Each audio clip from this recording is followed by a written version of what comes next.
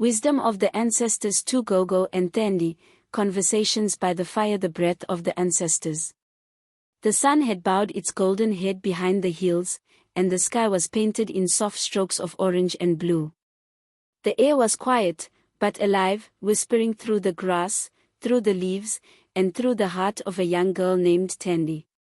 She sat by the fire, her knees close to her chest, eyes bright like morning dew. Before her sat Gogo, her grandmother, a woman of deep wisdom, whose wrinkles were stories, and whose silence spoke louder than any voice. The fire crackled softly. The night was young. And the ancestors listened. The evening fire, gratitude and humility. Thandi, Gogo, why do we always sit by the fire before we sleep? Gogo, my child, the fire is more than light. It is memory.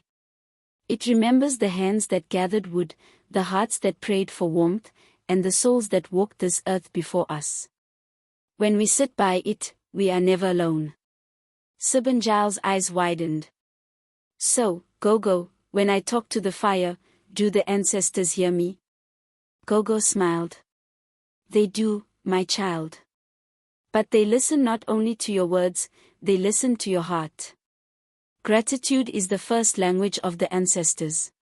She looked at Sibunjal tenderly. When you wake each morning, thank the source for your breath. Thank the sun for its warmth. Thank the soil beneath your feet. A heart that gives thanks cannot be ruled by fear. The fire whispered agreement, its flames dancing in rhythm with her words. Humility, my Sibunjal, is the cloak that keeps wisdom close. Those who kneel before life rise taller in spirit than those who stand in pride. That night, as Sibunjal lay in her blanket, she whispered softly, "Thank you, life.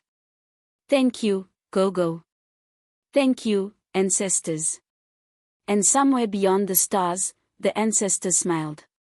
The roots of trust. The next evening, the sky was heavy with clouds. Gogo sat with her basket, weaving mats. Thandi helped, her small hands clumsy but eager.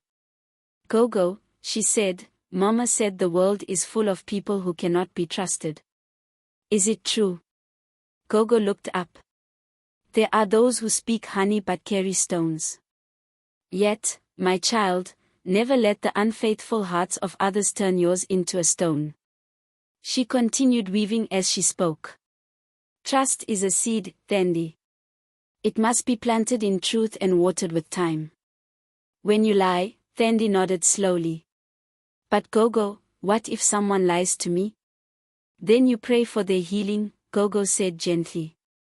"A liar is one who has forgotten who they are. When the heart forgets its truth, the tongue becomes restless." The wind sighed through the trees. Gogo's eyes glowed with firelight. "Trust begins with yourself. Speak what is true. Walk in honesty. The ancestors see in silence what the world hides in noise." That night, as thunder rolled far away, Sibunjal whispered, "I will be true, even when no one is watching. Love beyond the flesh." Days passed. One morning, Thandi asked, "Gogo, how do I know when someone loves me?" Gogo chuckled softly. "Ah, love. Even the stars envy it. But, child, listen, love is not found in sweet words or soft hands. True love is a spirit that serves. My dear Thandi, these days we hear that people are killing and hurting one another in the name of love. This is because the whole nation is hurting Thando, my child. For generations we have been told that we are subhumans only good enough to serve the superior nations. Thandi, my child, it is not so. In the face of God our Creator we are the same, created in the image of the same God.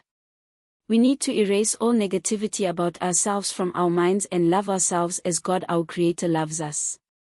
She stirred the porridge as she spoke. When a person loves you, they do not take from your peace. They protect it. They do not chain your wings, they mend them. She handed Thandi a bowl. Love is patient, like a seed waiting for the rain. It does not demand to be noticed, but when it blooms, the whole world feels its scent. Tandy smiled shyly. Then I think I love you, Gogo. Gogo laughed warmly. And I love you, my flower. That is the purest kind, where giving and receiving become one heartbeat. She touched Tandy's forehead gently. Remember, love beyond the flesh does not fade when faces wrinkle or bodies rest in the soil. It becomes eternal, part of the wind, part of the rain, part of the song that never ends. Tandy, Gogo, there are girls at school who are expecting babies. The father of the babies are now denying them and are treating them badly. The school children and some teachers are mocking them. Why are people cruel, Gogo? Gogo, in Africa we teach our maidens to keep themselves pure so that when they get married they give birth to pure and godly children for their husbands. So, trust me Tandy, no maiden just allows a boy to break her virginity. Most of the time the maiden is tricked, threatened and violated. So Tandy, be careful who your friends are and what kind of a person your boyfriend is.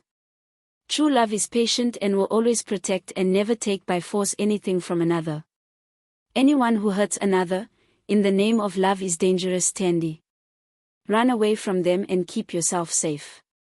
Love is patient and kind, does not envy or boast, is not arrogant or rude, does not insist on its own way, is not irritable or resentful, does not rejoice at wrongdoing, but rejoices with truth, bears all things, believes all good things, hopes all good things, and endures all good things. Tandy, my granddaughter, love is patient, kind, does not boast, does not take by force, is not rude and treats everyone as Unkulunkulu our Creator treats us. Unkulunkulu gives us the sun and the rain without failing us or demanding us to do the impossible for him. May Unkulunkulu grant you a husband who will treat you as Unkulunkulu is taking care of us, each moment of each day. Tandy, thank you Gogo. Glover Kotsi. May you live long. Makwand.